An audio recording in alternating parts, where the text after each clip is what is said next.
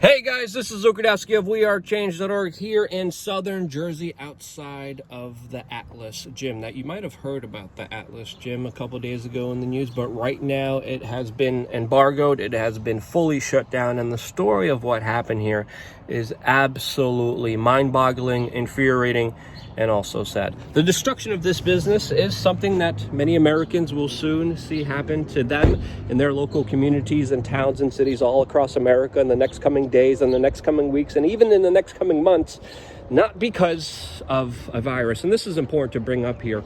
The economic devastation and pain and suffering that's coming is not because of a sickness, not because of a virus, but it is because of government action.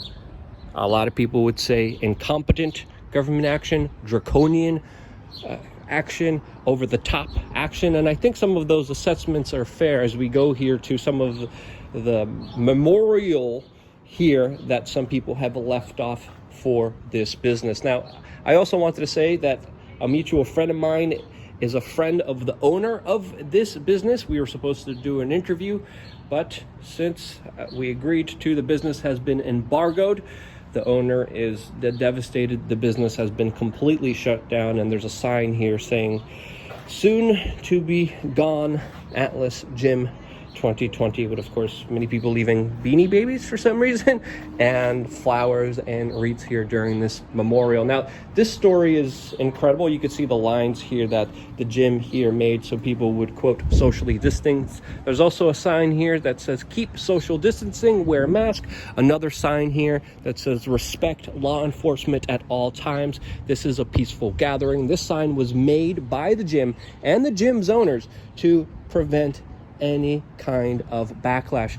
The extent that this gym, by the way, went to make sure everyone was safe. Here are just some of the gym rules that were posted here. I'm going to read them off here in a little bit. They are extensive, and I would say a lot better than a lot of the things that we're hearing coming out of Amazon factories, where many of the employees are coming out. Amazon won't even release the total number of people that got sick working in their factories.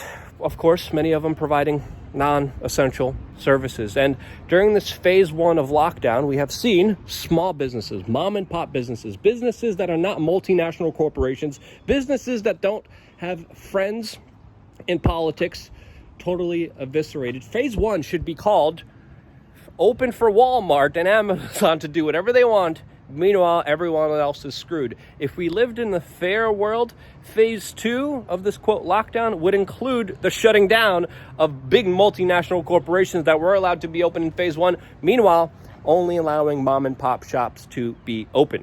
Now, as this business was just embargoed, it's important to note here, I've been driving around here. I drove down here from New York City.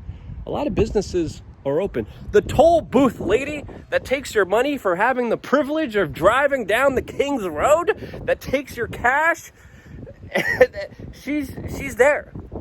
But a business that goes above and beyond to make sure everyone is safe during these times, that helps people with their health. Again, you could argue about the ramifications of opening up a gym or not, but let me just read you the rules that they had with opening up. The first rule that they had was that this gym was only open to members. There was no day passes, there was no guests, there was no new signups. They tried to say that since this is a private membership club, they could get away with being open. The state didn't agree with that. They also announced that they will be operating at 20% of their building's capacity. They mandated that people wear masks at all times, that they have hand sanitizers that they would be given upon entry into this building. They would have to answer a medical questionnaire. Their temperatures would be taken, and if it was above 100.4, they would not be allowed to be in the facility. They were supposed to sign a medical questionnaire as well as a contract saying that, of course, they are taking the safety precautions to enter the gym. They also would be enforcing, because again, the gym's closed here, strict social distancing. Showers and lockers were off limits. There would be no shared equipment. Each member would have their own spray bottle of alcohol. And again, they wrote here at the bottom, do not expect a normal day at the gym. Expect to modify your workouts, respect each other's space and time, move efficiently. Monday will be on a first come, first served basis. Please be patient with us as we implement a scheduling option online shortly. Again, above and beyond anything that we saw at Walmart, anything that we saw at these other multinational large corporations that are hiding the data about how many people got sick within their own facilities. This gym, again, above and beyond when it came to making sure people were safe during these times. As of course, other businesses are open. There's government mandated toll booth workers just taking money from you. And then this business, to have the government threaten the shutdown, brought, of course, a lot of protesters here. Some of them had their own particular weird beliefs that the media is nitpicking and trying to associate it with this business, trying to say that they're a white supremacist business.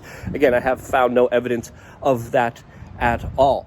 A mutual friend of mine is friends with the owner here, and she says that those claims are absolutely bogus and outrageous.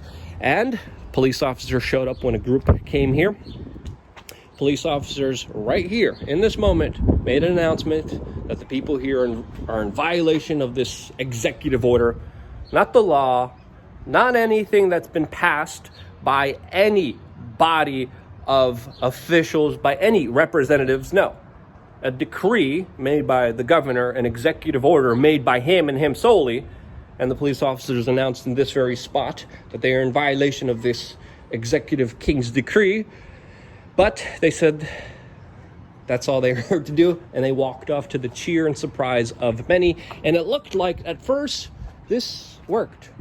Well, until other police officers came, and when patrons started coming out, they started fining them, citing them, and of course now people who patronized this business are facing a $1,000 fine and 6 months in jail. This is the letter here by the Camden County Prosecutor's Office that says here, anyone who patronizes a business that is open in violation of an executive order could face criminal charges in the form of a disorderly person's offense, for which you could be fined up to $1,000 for each offense and spend up to 6 months in jail. Meanwhile, there's criminals just being let out of jails, but they're being replenished with people who want to go to the gym, who are social distancing, who are doing everything correctly by the rule of the law, and even far beyond that, what many businesses are. Are you kidding me? Then there was an incident here where some members claim the police officers blocked access to this gym.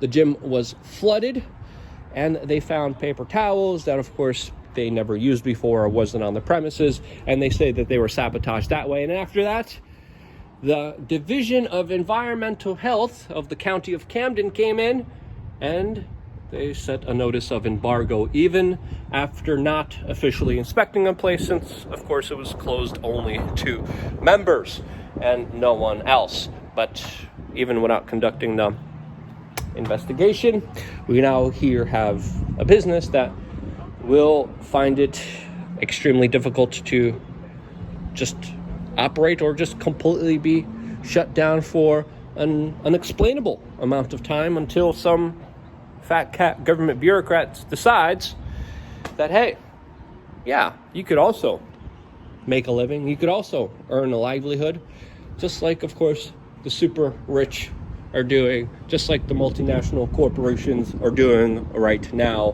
which, again, after reading those specific rules, this should really make you understand that this is not about safety, because this gym was going far above and beyond safety. This is about something else. This is about something more sinister. This is something that should raise a lot of eyebrows and a lot of concern for individuals out there, since, of course, this casualty is only one of many soon to come. This casualty was one that was willing to raise their voice and now has been punished for the act of just simply existing.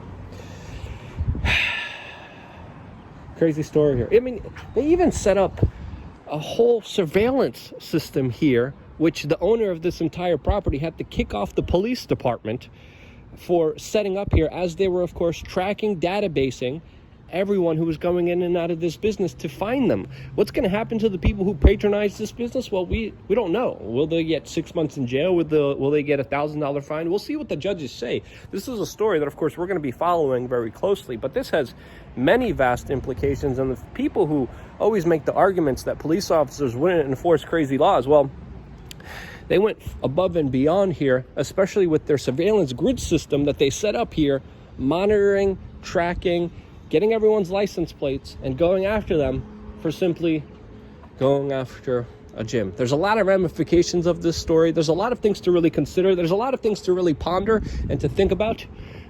And to spur that conversation, this is why we're here as independent media doing this reporting here on the ground. If you enjoyed it, share it with your friends and family members, because this is a story that is going to be becoming far too often of a circumstance that the people here of this country will have to deal with. Thank you guys again so much for watching and supporting rural independent media. I wouldn't be here if it wasn't for you. Love you guys. Stay tuned for more.